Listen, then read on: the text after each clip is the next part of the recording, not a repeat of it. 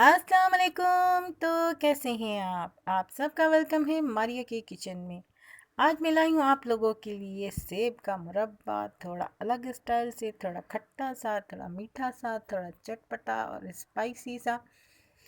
चले जी, चलते हैं बिना देर किए भी हम अपनी रेसिपी की जानिब। यहाँ मैंने 1 किलो सेब ले लिए हैं जो मेरी तरह फटे मुंह नज़र आ रहे हैं, और यहाँ मैंने 3 पाव चीनी ले ली है। 1 किलो में मैं 3 पाव शामिल करूँगी, और 1 पाव मैंने यहाँ आलू बुखारे ले लिए जिनको मैंने 2 घंटे भिगो दिया था। और यहाँ मैंने 1 टेबल स्पून एप्पल विनेगर ले लिया है, और हाफ टी स्पून लाल मिर्च पाउडर ले लिया है।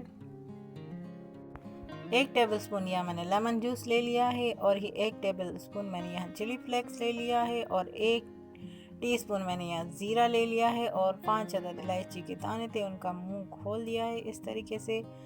और यहाँ अब मैं इस सेब की खाल उतारूँगी, अच्छे तरीके से इसकी मरम्मत करूँगी, और फिर इसको नमक वाले पानी में देखो मैंने डिबो दिया। अब सबसे पहले हम जो है यहाँ सेब को बॉईल करेंगे 10 मिनट के लिए।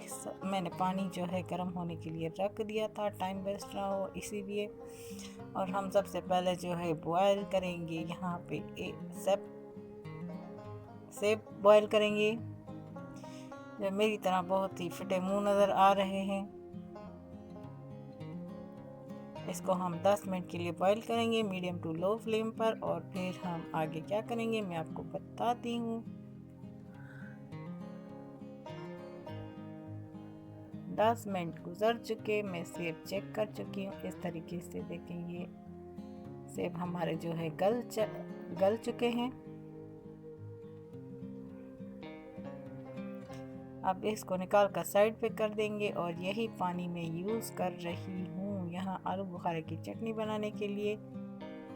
आलू बुखारे भी मैं इस रेसिपी में शामिल करूँगी। बहुत ही 2 in 1 फ्लेवर आता है इस मुरब्बे का। आप ज़रूर बनाइएगा, आपको पसंद आएगा ये तरीका। मैं इसी तरीके से बनाती हूँ। चले जी, यहाँ हमारे आलू बुखारे जो है वो गल भी चुके, और मैं थोड़ा इनको जो है अब निकाल कर इनके जो दाने हैं आलू बुखारे के वो अलग कर दूँगी, पानी इनका अलग कर दूँगी, और फिर इसका पेस्ट बना लूँगी। आप चाहें तो मिक्सर ग्राइंडर में भी इसका पेस्ट बनाएं, लेकिन मैं जो है इसको चमचे से मैश करूँगी। ये थोड़ा ठंडा हो जाए फिर मैं इनके दाने निकाल लूँगी। चलो जी, अब यहाँ हम बनाते हैं अपनी चाश। यहाँ मैंने 2 कप पानी ले लिया है, और उसमें ये चाश शामिल कर दी है। अब चाश बनाएंगे, फिर उसके बाद क्या करना है मैं आपको दिखाती भी हूँ, बताती भी हूँ।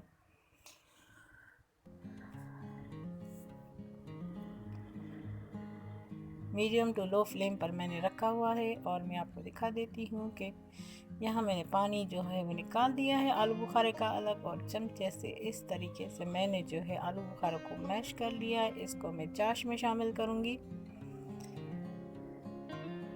अगर आप चाहें तो इसे मिक्सर में भी घुमा सकते हैं। दूसरी बार मैं बता रही हूँ ये बात, लेकिन इस तरीके से बहुत अच्छा फ्लेवर आता है इसका।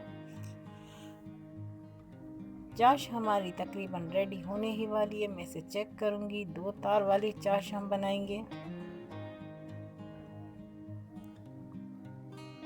इसे मैं चेक कर चुकी। चाश हमारी देखिए पानी भी काफ़ी खुश्क हो चुका, और चेक भी कर लिया मैंने, 2 तार बन चुकी हैं इसके। मैं आपको नहीं दिखा सकती क्योंकि एक हाथ में मेरे मोबाइल है। यहाँ मैंने इलायची भी शामिल कर दी है इसमें, और लेमन जूस भी शामिल कर दिया। इससे हमारी चाश जो है वो जमेगी नहीं, बहुत ही ज़बरदस्त जो बनती है। इस तरीके से आप बनाइएगा।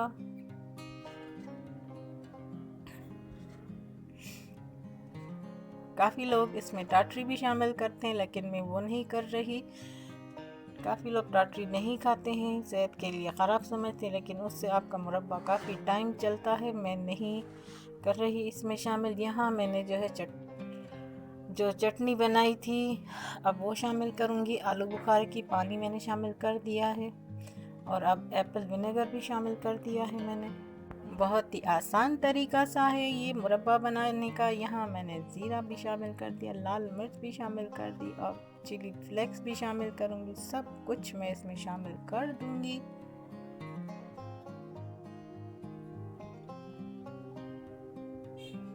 इसे अच्छे से मिक्स करेंगे और एक बॉयल आने का इंतज़ार भी करेंगे हम।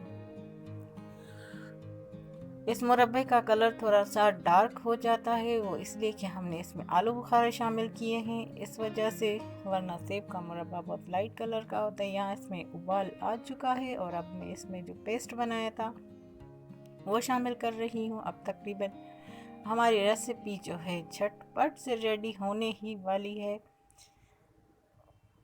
बहुत आने का आप ज़रूर ट्राई कीजिएगा।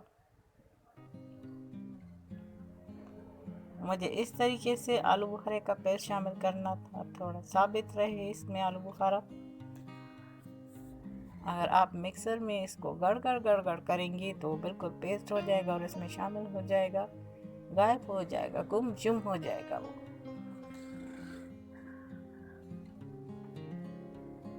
ये अब रेडी हो चुका है। अब मैं इसमें सेब शामिल करूँगी और उसे सिर्फ बस 5 मिनट के लिए ही पकाऊंगी। सेब हमारे गले में है और फिर इसको उतार के 1 घंटे के लिए एक साइड पर रख दूंगी।